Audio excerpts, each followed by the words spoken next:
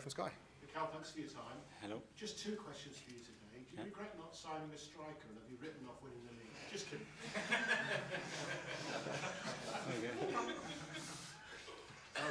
The England squad's been announced, and some good news around these parts because MLS has got the nod. Your reaction to that? Very proud of him. It's a huge moment for him and for the club as well. Again, one of our graduates getting the call for England. It's a massive thing, so very happy.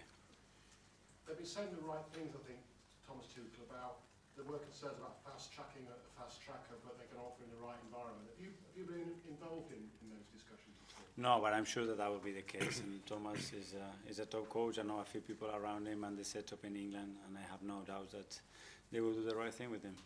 And he's confident that's not going to be any issue for him mixing in that kind of company, is it? With Miles? I don't think so. No. And obviously Ben White, not in the squad this time because obviously he's not been playing because of injury, but the mood music is good. There's a kind of mending of the parting of the ways it's healed. He wants to be involved again. Is that good news? Yeah, well, I heard that there've been some positive conversations around it, so I imagine it will be about timing more than anything else, especially with the amount of time that he's been out with injury. And no Ethan yet, that's probably just a step too far for him, but potentially in the future, another Arsenal youngster getting involved with England. Do you get a personal pride from that, the role that you've played with Miles and eventually maybe Ethan? Yeah, I think we all do because obviously we are involved in their development and we know that it's one of the biggest dreams that you can achieve as a football player and a really proud moment. So being part of that, obviously, it's a great thing to be. And a real kind of English core at Arsenal as well now, both in the England side and here at Arsenal. Is that something that is important? Very important. I think culturally, because of our history and we're an English club, to have that DNA that represents as a club and then having a lot of academy players as well, I think it's something very, very positive, so very proud of it. But just quickly before we move on from England, Bukayo Saka obviously not in the squad, injured. Any update on when we might see him back training? No, he's getting closer. He's stepping up and making a very good progress, I would say. So let's see when we start to throw him in with the team, how he reacts and how fit he can get quickly. The supercomputer, I love a supercomputer. Okay. They make you third favourites to win the Champions League, behind Barcelona and PSG, but ahead of Real Madrid. So you've got a say whether Real Madrid win the Champions League or not. Talk to us about that draw. Are you pleased with it? Well, a fascinating draw. I think you're going to play against the club with the biggest and more history in the competition, and very excited to play against them. But before that, we have 3 big matches in the Premier League. Yeah, I'm talking about the Premier League. The same supercomputer gives you a 0.5% chance of winning the Premier League, a 99.5% chance, I'm not a statistician, of Liverpool winning the Premier League. So you're right, there is still a chance. Into the next one. Chelsea, 5-0 this time last year. You'd go for that again, wouldn't you?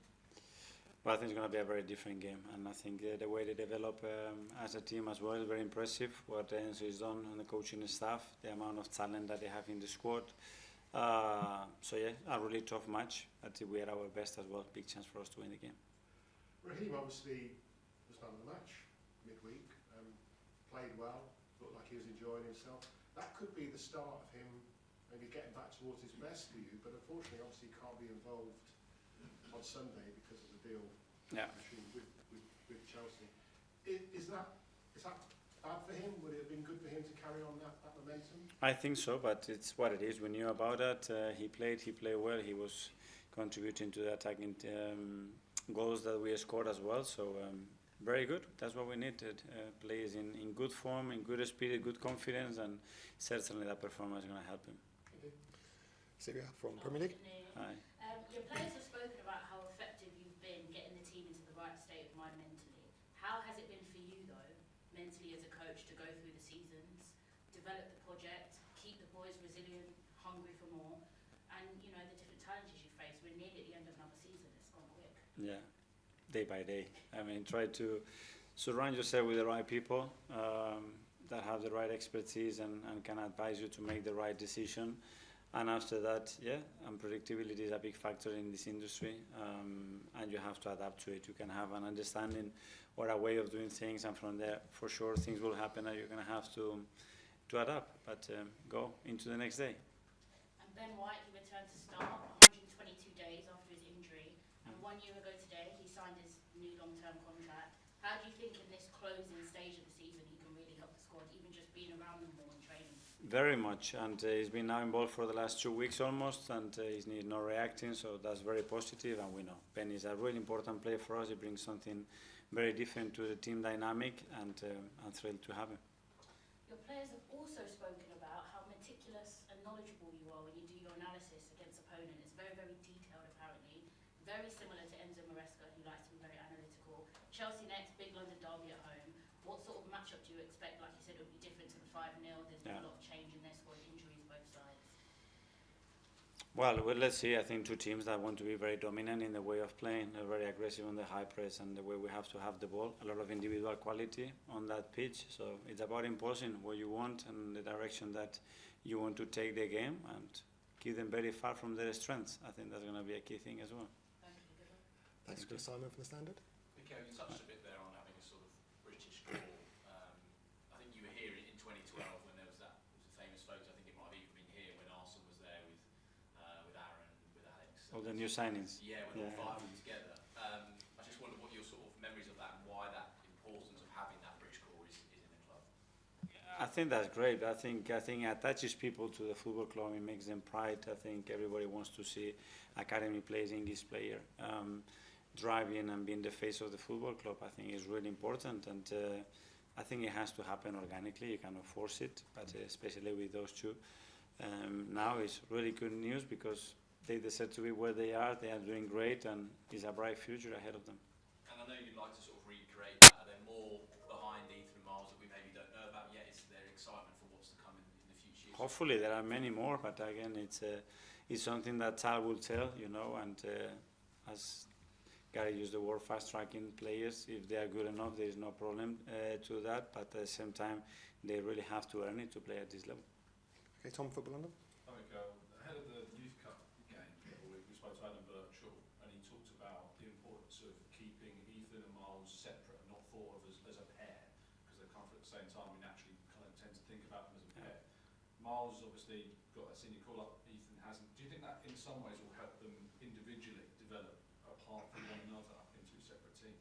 Yeah, any comparison there I don't think is right. I think they have a very similar pathway because obviously they played so many years together, but after that, they're going to have different moments, and each career will be unique and individual for them, and they're going to have to earn it, and what one does is not going to reflect or affect the other one in a positive or negative way. So that needs to be totally independent. It's great. It's a luxury to have someone that you spend so much time, trust and love next to you on that journey. Use it in that way. That's it, and the rest throw it away.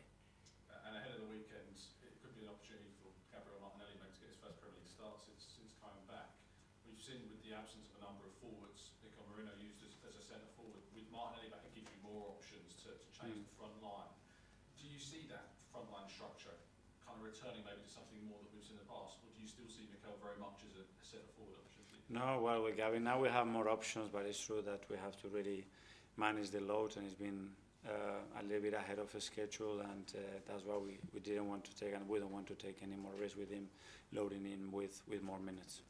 Okay, last couple in the live section. Firstly, Art. Hi, Mikel. I know you said you weren't involved in Miles' call-up, but I was just wondering because Thomas Tuchel said he kind of felt the vibe was very parental around how he was selected. I was wondering, throughout this season, have you kind of felt, I guess, a similar vibe of being almost a parental figure with not just Miles but Ethan as well, as young men coming into this environment? Well, they have almost the age of my oldest son, so yeah, just for that factor, I can see a lot of similarities. But both of them, they have great families, their environment, and they are in charge of that part of education. Obviously, we have a big responsibility in a lot of things that are related to that as well, but they are in good hands. We are here just to support and guide them in many other aspects, and yeah, if they need something, they know that they can knock on the door and have that conversation.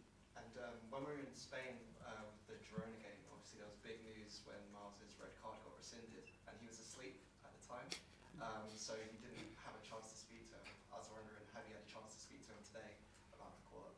Yeah, and we all had, and we were all really, really happy because it's a really nice story, and a story that gives a lot of hope to a lot of young players, and that in 6-7 months your career can change drastically for the good, you know. So it's something for people to be inspired. I think it hasn't happened because he was lucky. I think he pushed for every chance to happen, and the way he's done it.